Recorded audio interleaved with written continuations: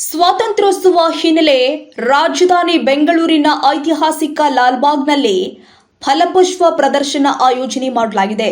ಲಕ್ಷಾಂತರ ಹೂಗಳಲ್ಲಿ ಗಂಗರ ಚರಿತ್ರೆ ಅನಾವರಣಗೊಂಡಿದೆ. ಸದ್ಯ ಫಲಪುಷ್ಪ ಪ್ರದರ್ಶನಕ್ಕೆ ಭರ್ಜರಿ ಸ್ಪಂದನೆ ಸಿಕ್ಕಿದ್ದು 2 ದಿನಗಳಲ್ಲಿ 60,000ಕ್ಕೂ ಹೆಚ್ಚು ಜನ ವೀಕ್ಷಣೆ ಮಾಡಿದ್ದಾರೆ. ಸ್ವಾತಂತ್ರ್ಯೋತ್ಸವದ ಹಿನ್ನೆಲೆ ಲಾಲ್ಬಾಗ್ನಲ್ಲಿ ವೈಭವದ ಫಲಪುಷ್ಪ ಪ್ರದರ್ಶನಕ್ಕೆ ಚಾಲನೆ ಸಿಕ್ಕಿದ್ದು, ಮಹಿಳೆಯರು ಹಾಗೂ ಮಕ್ಕಳು ಸೇರಿ ಪ್ರತಿಯೊಬ್ಬರು ಕೂಡ ಇದನ್ನ ವೀಕ್ಷಿಸುವಂತೆ ಮುಖ್ಯಮಂತ್ರಿ ಡಿಕೆ ಶಿವಕುಮಾರ್ ಕರೆ ಕೊಟ್ಟಿದ್ದಾರೆ. ಗಂಗರ ಆಡಳಿತ, ಚೋಳರ ಇತಿಹಾಸ ಹಾಗೇನೆ ಕಾವೇರಿ ತೀರದ ಹೋರಾಟಗಳ ವಿಷಯಾಧಾರಿತವಾಗಿ ವಿನ್ಯಾಸಗೊಂಡಿರುವ ಈ ಬಾರಿಯ ಮನಮೋಹಕ ಫಲಪುಷ್ಪ ಪ್ರದರ್ಶನವನ್ನ ಸಿಲಿಕಾನ್ ಸಿಟಿ ಮಂದಿ ಜಿಟಿ ಮಳೆಯ ನಡುವೆಯೂ ಕಣ್ತುಂಬಿಕೊಳ್ತಿದ್ದಾರೆ.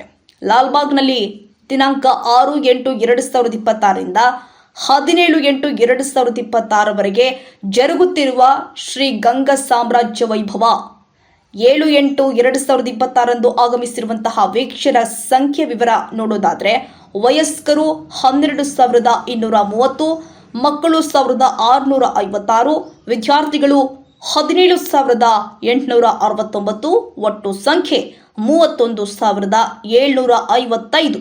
ಸಂಗ್ರಹವಾದ ಮೊತ್ತ 6,49,900 ರೂಪಾಯಿ ಸಂಗ್ರಹವಾಗಿದೆ.